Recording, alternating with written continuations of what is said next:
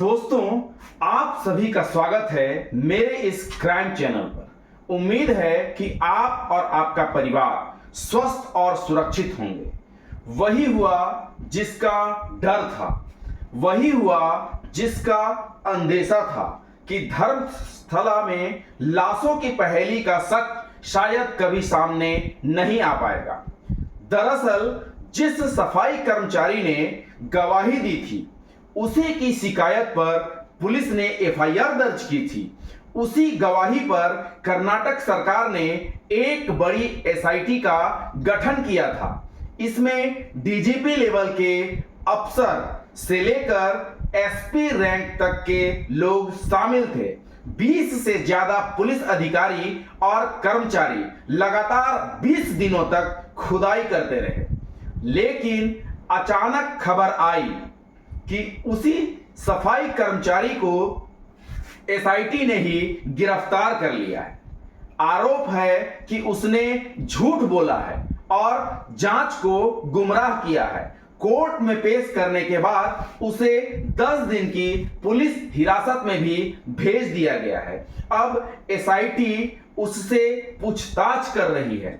गिरफ्तारी पर कर्नाटक के गृह मंत्री ने भी पुष्टि कर दी है, लेकिन सवाल उठता है आखिर ऐसा क्यों हुआ। खुदाई शुरू होने के बाद कई नए गवाह सामने आने लगे। कुछ गवाहों ने सफाई कर्मचारी के खिलाफ बयान भी दिया। उसके एक दोस्त राजू ने कहा कि सारे किस्से उसी ने सुनाए थे। फिर अचानक उसकी पत्नी को सामने लाया गया।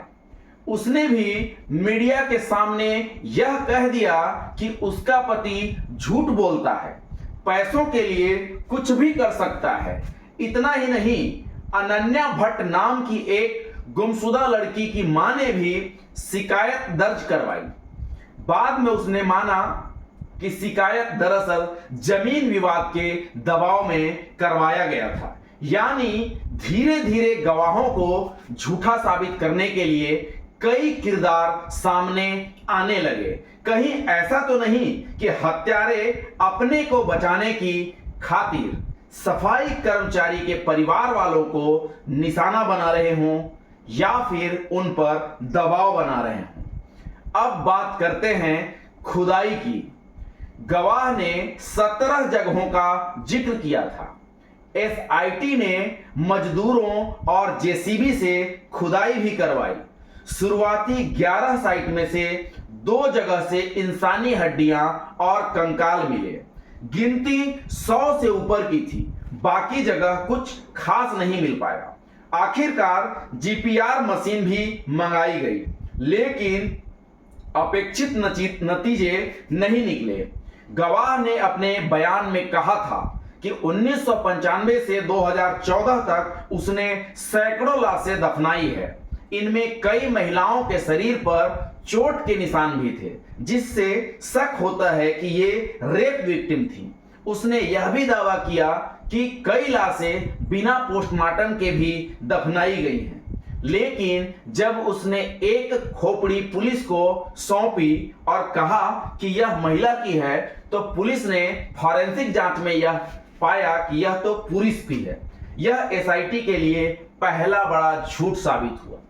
फिर सौजन्या केस की चर्चा हुई। 2012 में धर्मस्थला की एक लड़की सौजन्या का रेप और फिर मर्डर हुआ था।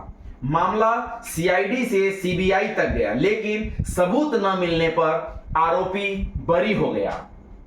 आज तक उसका कातिल कौन है, यह राज बना हुआ है। जब गवाह से पूछा गया तो उसने पहले कहा कि उस दिन मैं छुट्टी पर था, लेकिन बाद में माना कि लाश को ठिकाने लगाने के लिए मुझे कॉल आया था। यानी यह अब साफ हो गया कि उसने धर्मस्थला में कई गुनाहों के सबूत मिटाने में उसकी भी भूमिका है। लेकिन असली कातिल कौन थे, यह आज भी एक सवाल बना हुआ है। आखिर खुदाई के बाद जो हड्डियां मिली वह किसी की तो थी ही। खैर, बात जो भी हो, अब एसआईटी का कहना है कि गवाह लगातार बयान बदल रहा है।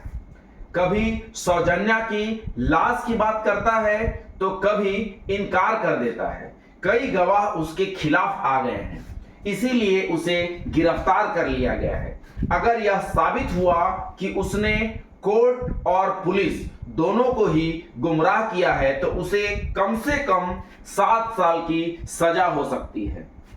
अब सवाल यह है कि क्या एसआईटी जांच अपनी जांच जो है जारी रखेगी या फिर इस केस को क्लोज कर देगी। कर्नाटक के गृह मंत्री ने कहा है कि एसआईटी पूरी तरह से स्वतंत्र है, उसकी फाइनल रिपोर्ट आने तक सरकार कुछ नहीं कहेगी। लेकिन असली सवाल आज भी जिंदा है। धर्मस्थला के आसपास पिछले 20-30 सालों में जो सैकड़ों लोग गुम हुए, उनका सच क्या है? सौजन्या का रेपिस्ट और कातिल कौन है? पुलिस रिकॉर्ड क्यों नष्ट कर दिए गए?